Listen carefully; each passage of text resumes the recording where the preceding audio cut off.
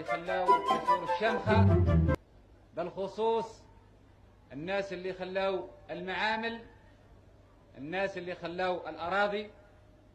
أقول منذ مدة هم على كل حال يحاولوا باش يبينوا بين هذه المنطقة على كل حال منطقة تختلف عن المناطق الأخرى نتاع البلاد.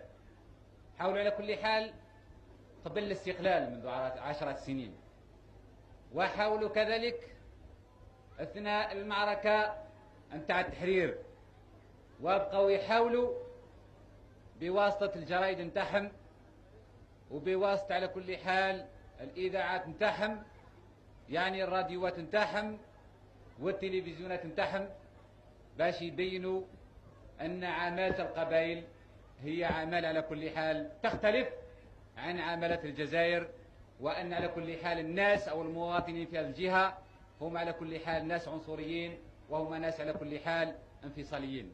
هذه الدعايات المسمومة أيها الإخوة، وتسمحوا لي أقول بهذه المناسبة التاريخية اللي حاول وخدم بها الاستعمار. وتعرفوا المبدأ نتاع الاستعمار وسياسة الاستعمار هي فرق تسود. حاول هو على كل حال والأتباع نتاعو باش يثبتوا أن ما فيه الشعب الجزائري.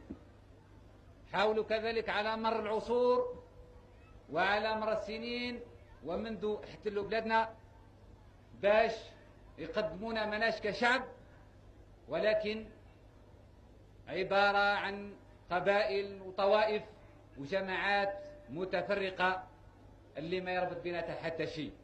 هذه أيها الإخوة السياسة الاستعمارية، هذه أيها الإخوة المذهب الاستعماري، هذه أيها الإخوة